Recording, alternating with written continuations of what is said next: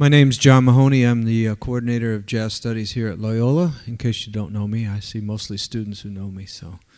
But first of all, before we get things rolling, I would be remiss not to thank the New Orleans Jazz and Heritage Foundation, who are sponsoring and paying for this event. So let's give them a round of applause.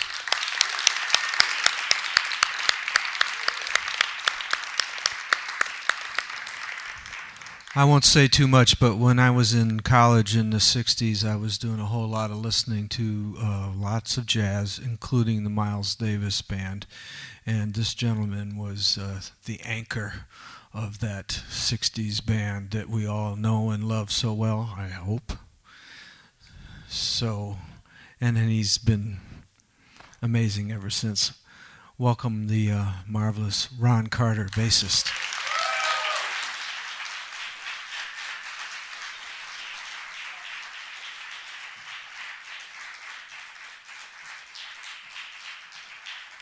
Thank you.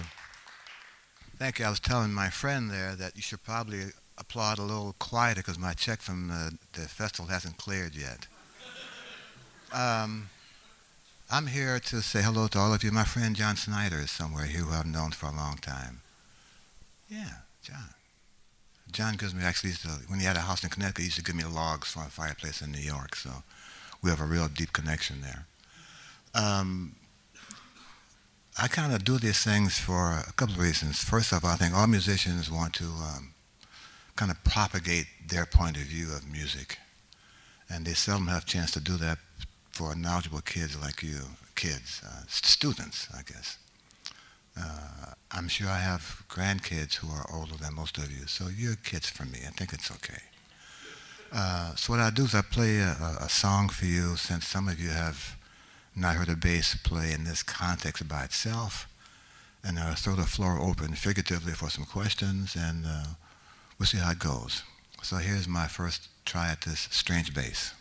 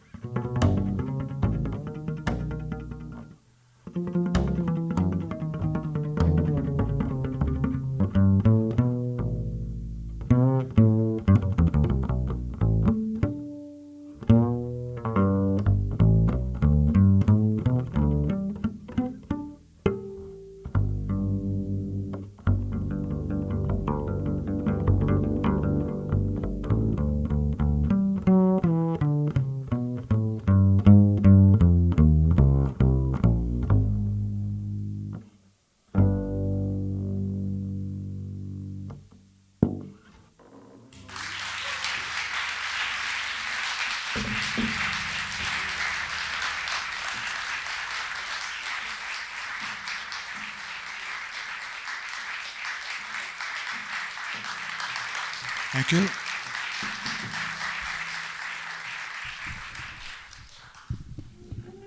This is a chair for a 5-foot guy. And matching microphone. So, that's some of the things that the bass can do. Some of the things I'm asked are kind of interesting, actually. They ask me, do I ever practice that kind of thing in my house? And I tell them no. And it kind of takes them by surprise. The surprise for me is coming up at those kinds of things and not practice to do that. The mystery of it all. I do practice. I guess you call it practice. Something goes something like this.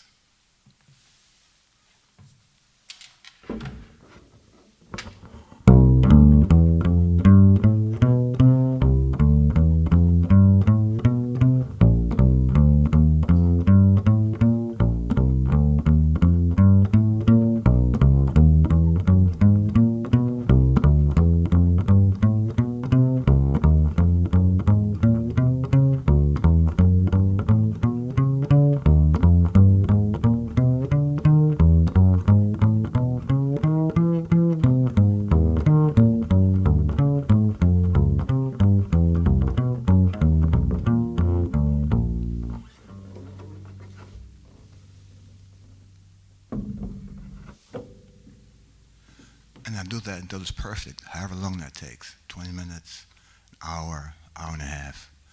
My concern is always, can I get this instrument to let me play the notes that I think I hear? And where are those notes? That's even more important. As you probably know, as you start to do traveling, you bass players anyway, that the airlines are making it prohibitive about taking our basses on the road with us. So unless I'm driving to a gig in Washington or Boston that's clear by, when I'm on the road like today, this is a borrowed bass. So I generally have 20 minutes to find out what can it give me. Those of you who are into sports know a phrase, defense takes what the offense gives it, so to speak. Well, I have to take what this bass allows me to do. And so every night is a lesson, a free school on how basses work. I've been playing for 1958, 1958. I started out as a cellist at the age of 11, and that was when they had music in the public schools.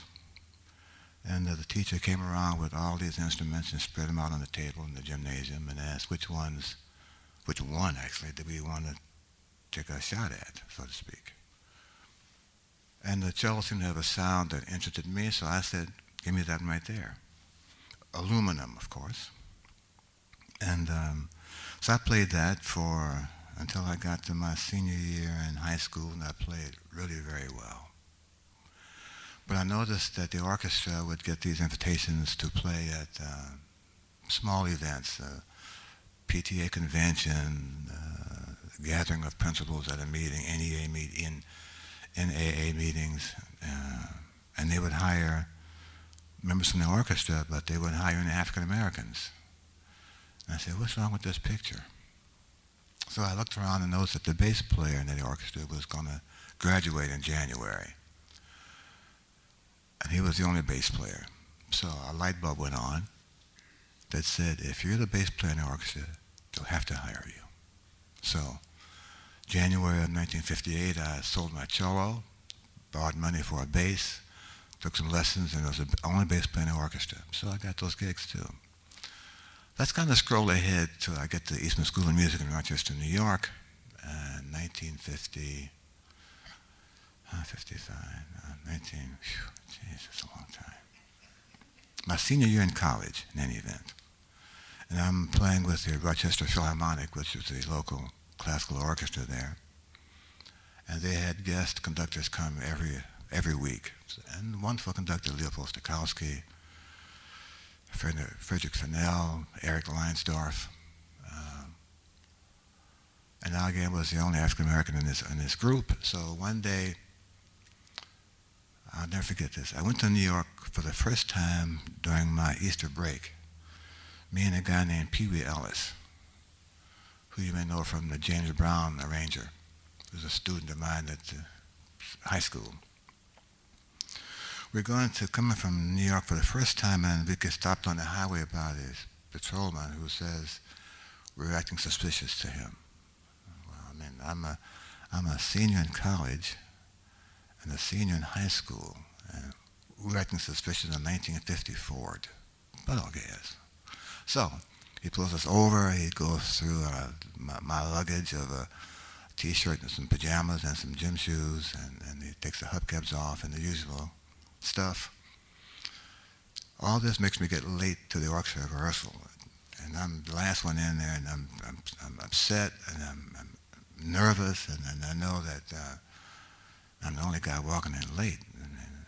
So we got through the rehearsal, and Mr. Leopold Stokowski, who was about this tall, calls me aside and says, young man, I know that you're playing, and you seem like you're a wonderful player, and I'd like to have you in my orchestra in Houston, but I'm afraid that the powers that be, the board of directors, are not ready to accept a very talented African-American musician. And that's the second time I heard that in 5 years. And it just kind of stopped me in my tracks again, you know. In any event, they hired a lawyer for me, and I just paid a ticket for now. I have my car registered in New York State, as you're supposed to after 60 days. So, while I'm doing my senior year in college, I joined a local jazz trio to help me earn money so I could stay in school. So I had a chance to meet people like Horace Silver and Dizzy Gillespie and Art Farmer and Sam Jones, the bassist, and Ike Isaacs, and they assured me that in New York looks for good bass players. They don't care what color you are. If you can play the instrument, you can find some work. So, let's see what they say. So I graduated in 1959 of June and moved to New York August of the same year. My wife and I, and she got a job working for American Airlines, and I had gotten a scholarship to go to the Manhattan School of Music for a master's program. So I go down to Birdland my first night and meet Chico Hamilton for the second time. He tells me that the bass player in the band has decided to leave and would I want this job? I said, well, yeah, I'm broke.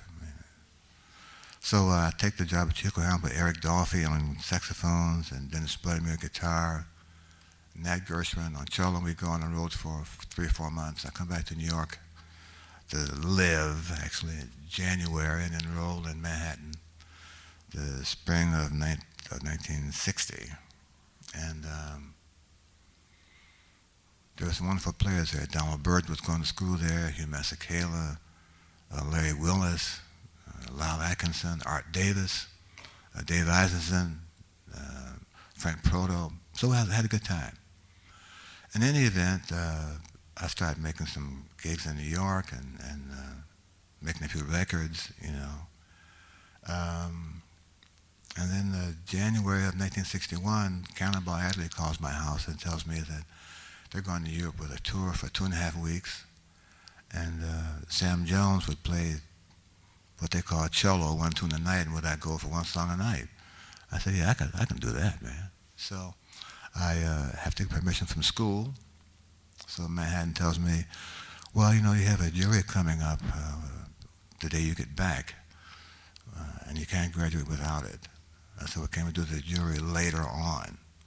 So they agreed to postpone my jury till I get back from this tour, so I'll leave for Cannonball to do 2.5 weeks of tour, doing 5 concerts a week, playing 1 song a night. Can't beat that. So I come back to New York and I go to school and they tell me that they've moved my concert date, my jury date, up to from 2 weeks before after I got back until the following 2 days from my return to New York. I said, well, man, how am I going to find a piano player? I mean, I have no time to find it. He said, well, look.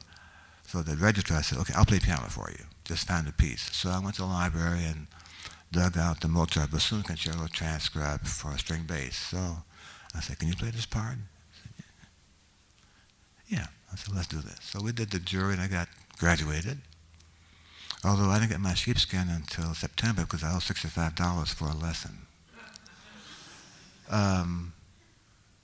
So I started working in New York with Randy Weston and for 6 months, and Bobby Timmons and Herbie Mann and people like that. And I ended up working with Art Farmer and Jim Hall at a place called The Half Note.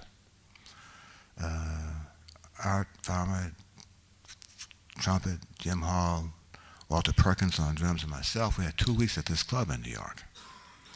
And during the second night of the first week, Miles Davis walks in and calls me to the side and says that he's putting together a new band because Wynton Kelly, the piano player, Paul Chambers, and Jimmy Cobb are forming a trio to back Wes Montgomery.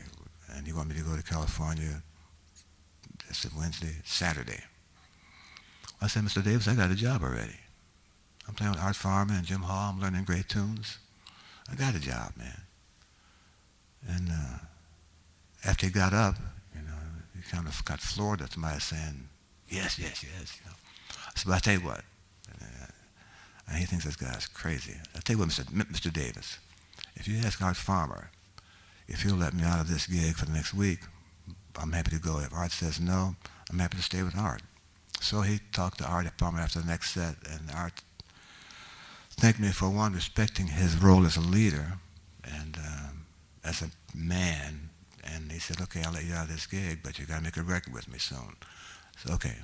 So I left with Miles Davis April of 1963, and I returned after 6 weeks on the West Coast, which we made the first record, 7 Steps to Heaven.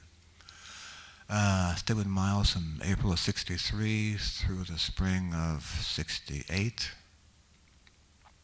and I made about 22 legal records with him.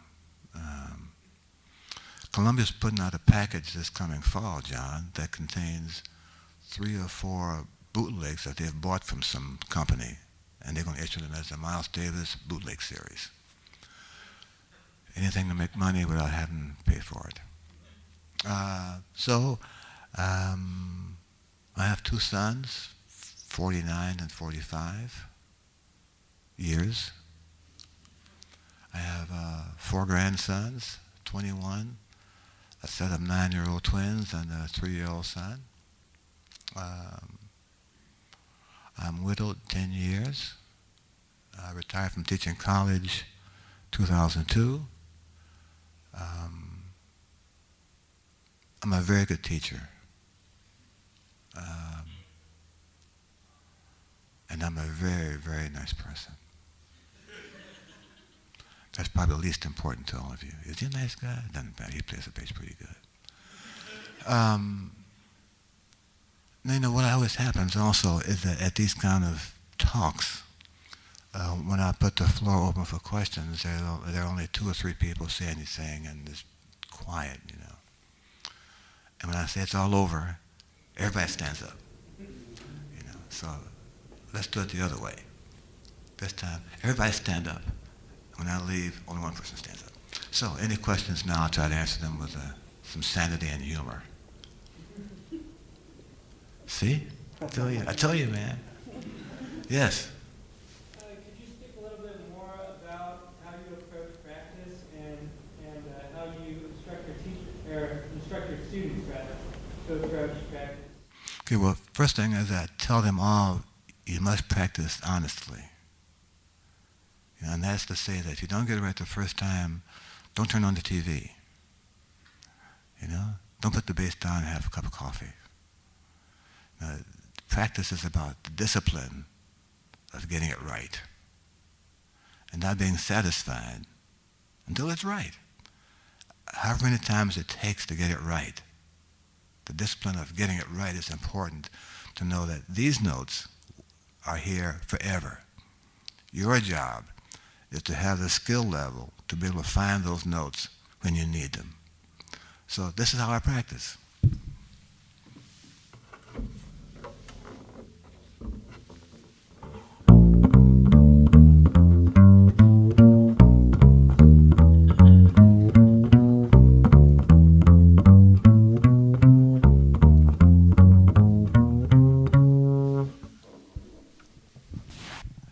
I never practice this stuff.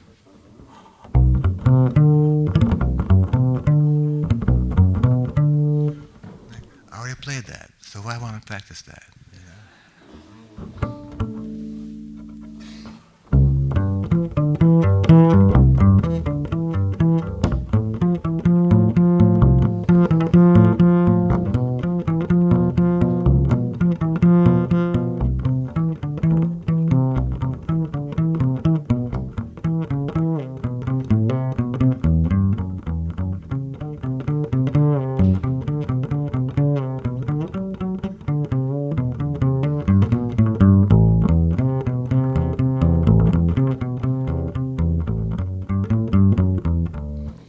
That I practice.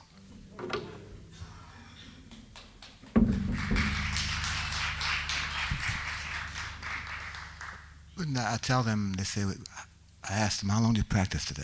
I said, I practiced an hour, they'll tell me. So what did you practice? I said, I practiced a little warm up, you know, that's 10 minutes right there. I kind of noodle around some ideas, that's another 10 minutes, you know. I practiced a lesson for 20 minutes, and I fooled around a bit longer. I said, well, look, that's not really practice. That's fooling around for an hour. You know? The bass shouldn't go back in its case until you can say, I learned this from my practice period today. Okay?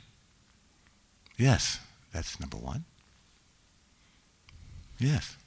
Yeah, you were talking about the way you practice and finding the notes. It seems like when you played at the beginning, besides just getting the right note, there's a lot of deliberate in like the sound that you get, and you get very definite sounds that you're trying to explore with the instrument, and you come out, and they always come out. It doesn't come out like, ooh,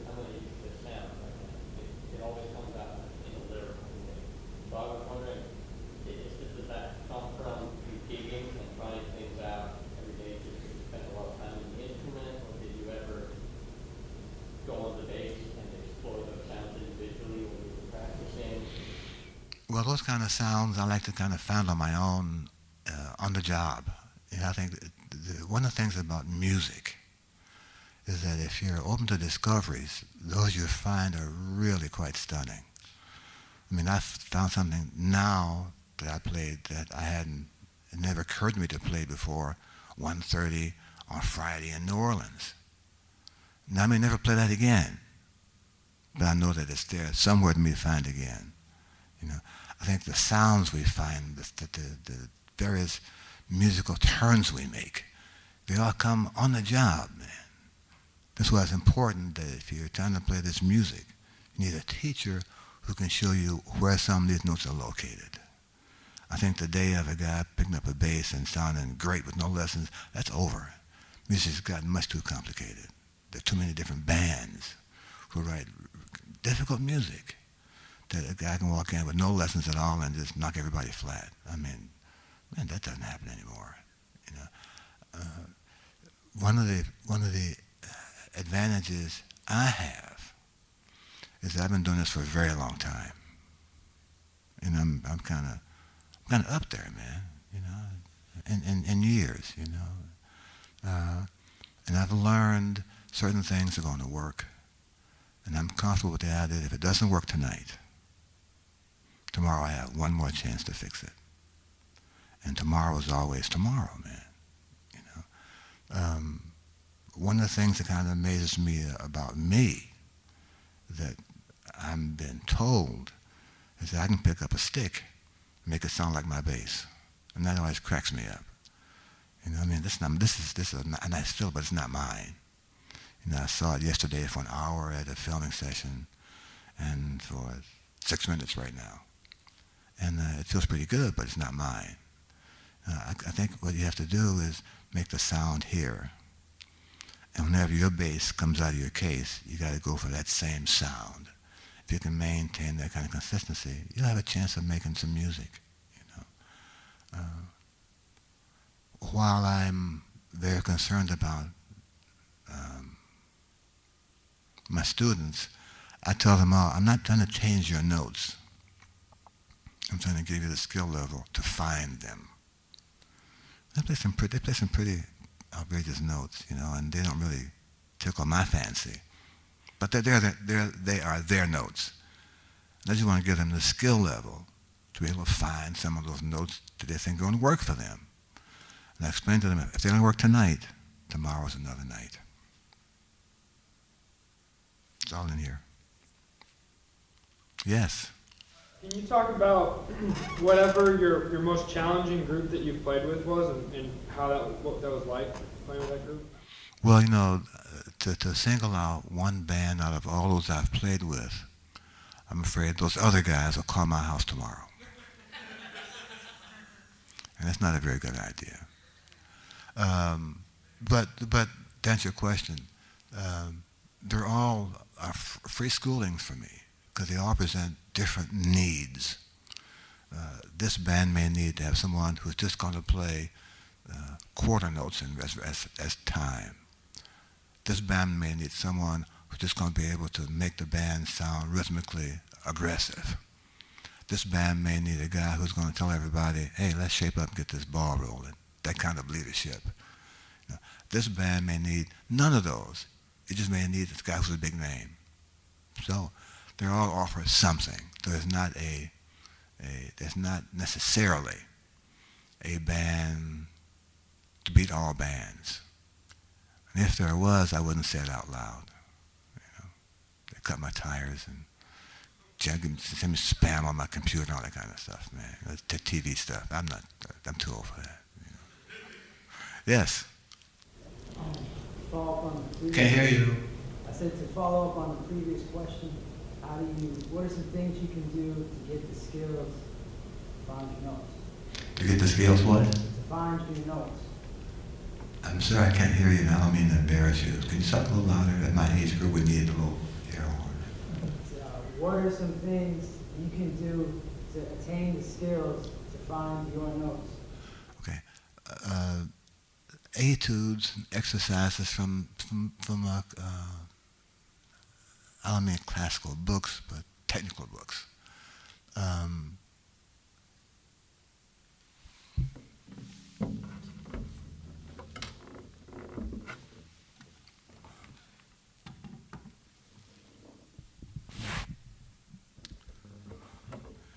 If I take this B flat scale and find these notes, what's cold in here? No one wants to know that. They want to play the bass, man. Okay, play the bass.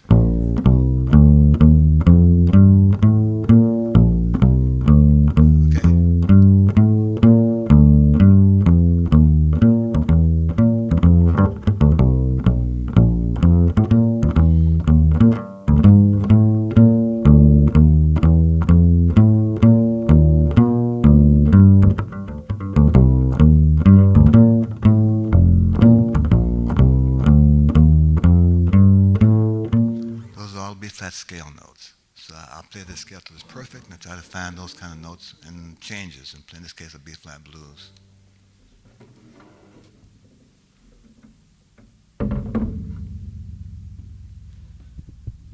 Okay? Yes? What was it like to transition from being a classical musician to playing jazz? What was it like? I'm sorry? The transition from being a classical musician to being hired so much for jazz, playing jazz. Did you just step into it, or did you find it difficult? I just stepped into it. I mean, we got the same notes. They just tell you what to play, and the jazz guy says, find your own, you know. Actually, you know, there's a big difference with the mindset, you know.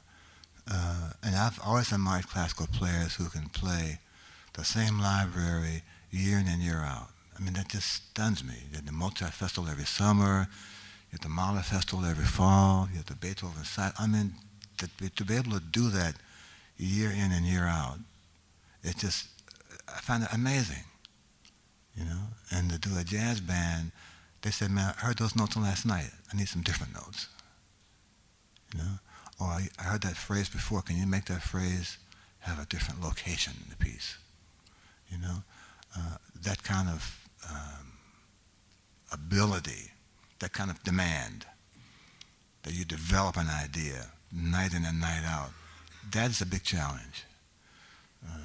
Whether it's bigger than playing Beethoven Fifth the same way for 25 years in a row is up for grabs, you know. But I found that the communities, the jazz community was much more open to the classical musicians and their library than classical musicians are to the jazz musician and their library. I'm not quite sure why that is.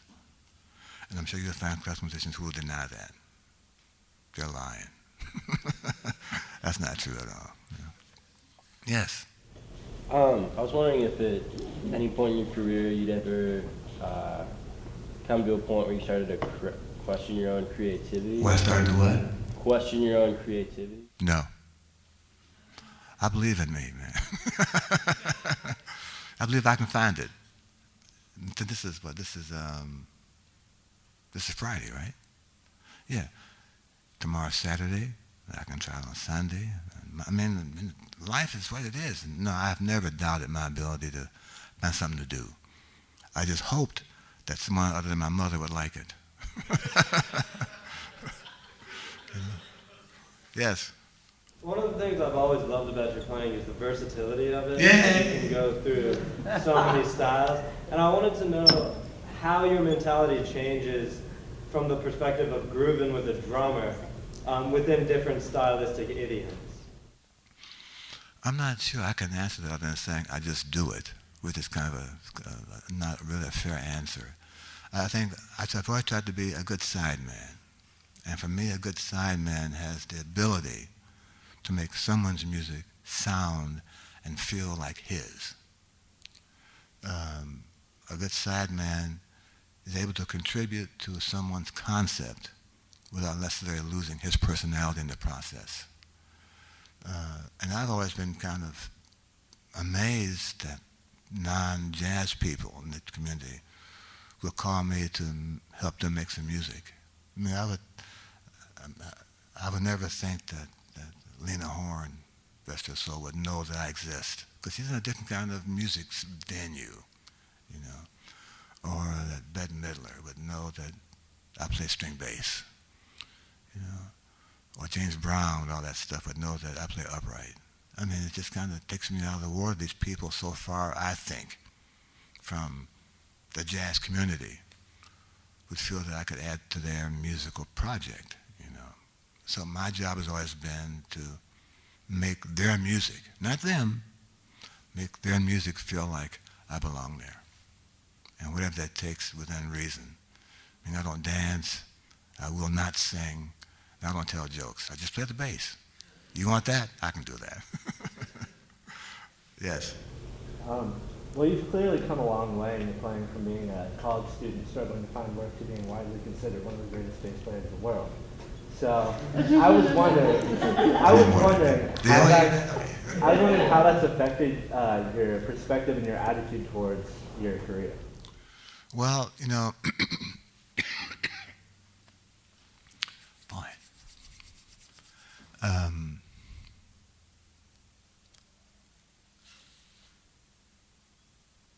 I think it's made me feel more responsible. I've always felt responsible.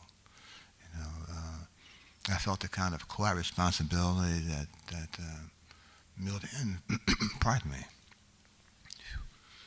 kind of quiet responsibility that Milt Hinton would feel, if you know his name, or George Vivier would feel. Thank you. Those guys who are really masters of the music, you know, and having their kind of responsibility thrust on my shoulders is a big responsibility. I think I do pretty good with it. If I'm asked, what do I tell young bass players as someone who looks forward to them carrying the flag after a while, it's the following things. Get a teacher and learn the instrument. 2, learn the jazz library. 3, always be at the gig a half hour early. And 4, be a nice guy. I try to do all those things, you know, and sometimes I'm probably 3 out of 4. You know, and that's okay, because tomorrow's Friday, tomorrow's Saturday, I can make up for that one on Saturday, you know. Okay? Yes? I know you did a song with Tribe Called Quest called Yeah. Verses from the Abstract. How is it working with them, and how do you feel about hip-hop, where it's been and where it's moving, and your work with that? Well, I think that there was an attempt a few years ago to compare hip-hop, to have jazz and hip-hop play together, you know. And I think, for me, that didn't work, because the hip-hoppers didn't allow the jazz musician to have an input to their music. They're kind of like add-ons, you know. And if I do that, I want to be the guy who changes the music. If you don't want what I do, just hire a broom or some, you know, turntable, you know. Wait a minute. So I did the thing with Q-Tip and the Tribe Called Quest. Once we agreed that the language would be much more of my generation, you know, and there would be no drugs on the scene. Those were important details for me. Once we got that straightened out, I almost said doped out. Once we got that straightened out, you know, I told him, read me the lyric, read me the verse that you have written, because I want to know what I'm aiming for, you know. So he read them for me, and I said, okay, now, you know, you send yours with different meter than what I'm hearing. So he said, okay, well, the reason that you're here is I want to hear your meter. So I gave him my meter to the thing, and he said, it was better than theirs. It didn't surprise me. You know? That's what I do. That's my job. You know, my job is to make him sound great. You know, but I think the last attempt at jazz and hip hop, the musicians didn't seem free enough to really impact the lyric.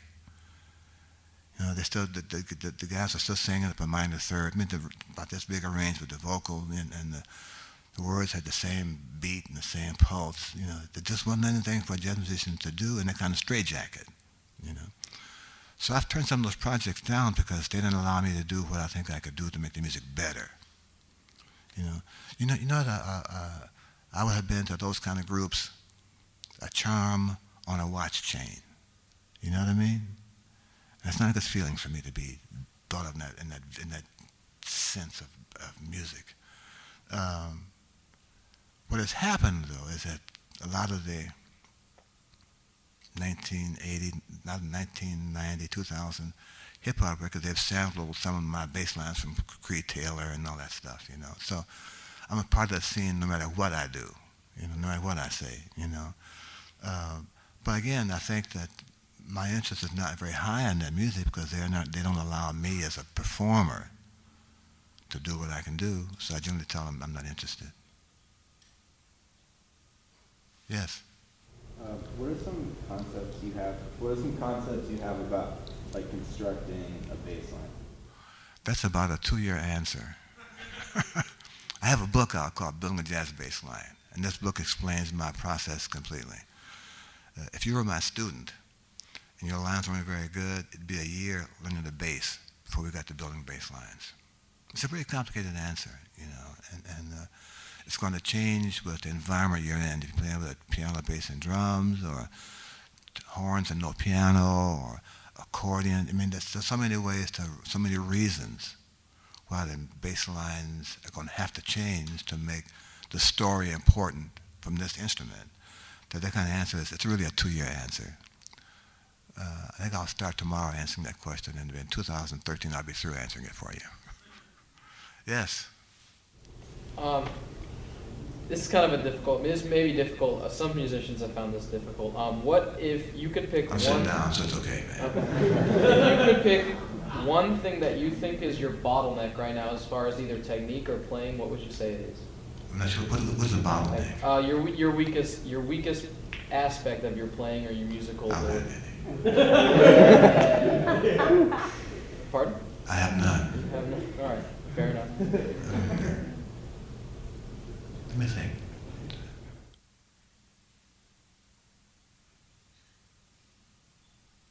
No.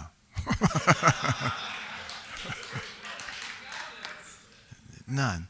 You know, actually, I have none. Actually, yeah. I think musicians don't really think in those terms about having a weakness in terms of weakness. They work on everything to make everything better, you know. And I work on pitch all the time. I work on sounds all the time. I work on finding the right notes all the time. I work on having good rhythm all the time. I work on listening more carefully all the time to what's going on around me. I listen to music all the time. So I try not to be in that zone where I have a bottleneck, you know. I'll go to the second part. Why don't I have one? If you know, if you see a lot of young musicians, if you had to pick sort of as a general thing, like certain skills that you find more important than others, whether that be picking, being able to play multiple instruments, or being able to sight read very well, or being able to take the most killing solo. If you had to pick like one skill that was more important, or more important than others, what would you say that would be?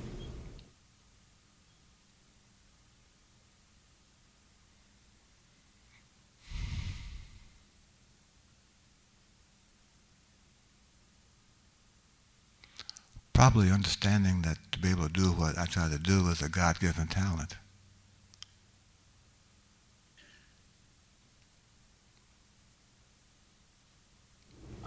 Could you elaborate a little? Or? No. That's pretty clear for me. I sit up on stage here. I mean, I think the jazz players I know, who I consider great, understand internally that they do what they do with some help from God, or whatever your creator view is. And they're comfortable with that mystery of it all, that they're able to do this, whatever that is, from some help from somebody upstairs. And I don't mean in the attic, They just don't think in those terms, those guys who those musicians, I shouldn't say, who have caught my ear and my ultimate respect, to the extent that they don't say, well, this is a God-given talent. Critics say that, and historians say that. I never heard a guy who played really well say, I got this from God. They just understand that without needing to have it in print from them, That wasn't a hard question. The answer was difficult. Yes. Aside from the cello that we talked about earlier, did you ever find that you wanted to spend time pursuing other creative interests aside from just bass, maybe art or other instruments? I wish I could play guitar. You know, I love the instrument. It's a real orchestra. But at my age group, my patience is only for this, you know. I guess what I meant is, in your career, did you ever find times where you said, I played a lot of bass? If I did that, I'd never play this good.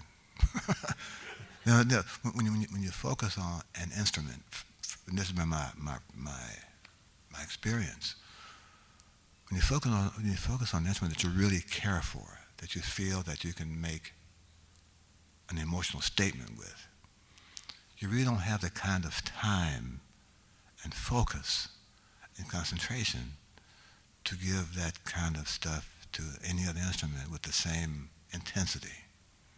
You know, it's kind of like doublers, you know, guys who play all the saxophones. You know, they play them well, but they have a favorite who commands their attention. And it's just like me, you know. I found that through things that were kind of beyond my control, I'm able to make this instrument tell my story, whatever that is. And given what it takes to command and learn the skill that it takes to find those notes, I don't have the time to play anything else with that same kind of dedication and concentration and focus. Maybe people can do that. I'm not one of them, you know. I don't want to be a jack of all trades. I just want to be a decent bass player. Who's available tomorrow night, by the way? Yes. Oh, we're back again. Oh, yes. Yeah, we're back. Okay. How do you feel about playing with Bill Evans, and have you played with him before? How do I feel about who? Bill Evans. Oh, yeah, I made records with Bill Evans. Yeah. You know about those records I made with Bill Evans? I mean, I know of some of those records. I made with Bill Evans, this piano player. Yeah. With who? What record have you heard? Couldn't exactly. Okay, the Zoot Sims, I made one with him and Zoot Sims, one with Pepper Adams. So, if you hear those records, you'll see how I feel about playing with Bill Evans. And I can, it's not a question, but you know, records they're history markers in your career. You agree with that? They're a log of your presence, of the events of your life. They're like rings in the tree. And I'm happy with all those rings I made, including with Bill Evans. Chet Baker, all those guys, man, they played really great. I had a wonderful time playing with them. Yes. We'll take 3 more questions, and I'll play one more and send you off. I'll say 2 more questions, and I'll send you off on your. Let me ask John, my man here.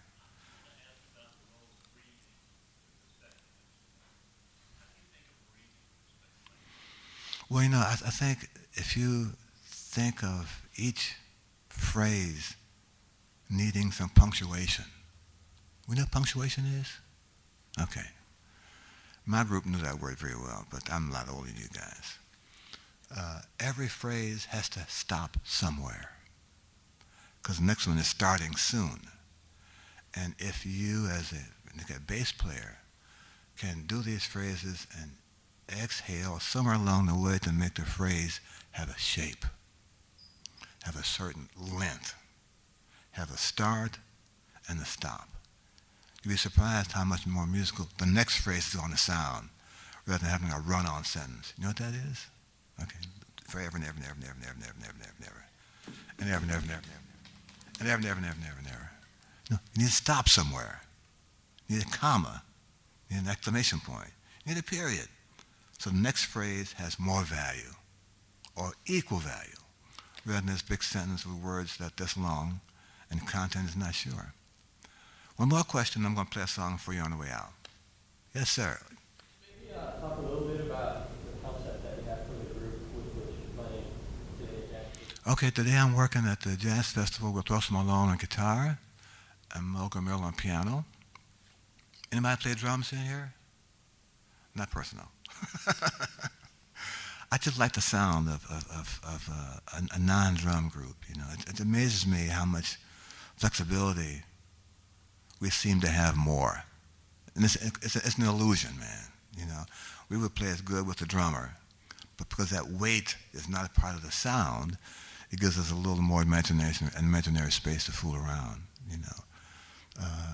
One of the things I hear from guitar players is, how do they comp for a piano player? So I tell them, buy an Oscar Peterson record or a Jim Hall record. Those guys do that stuff perfectly, man. You know, that's just an excuse for not doing it, you know.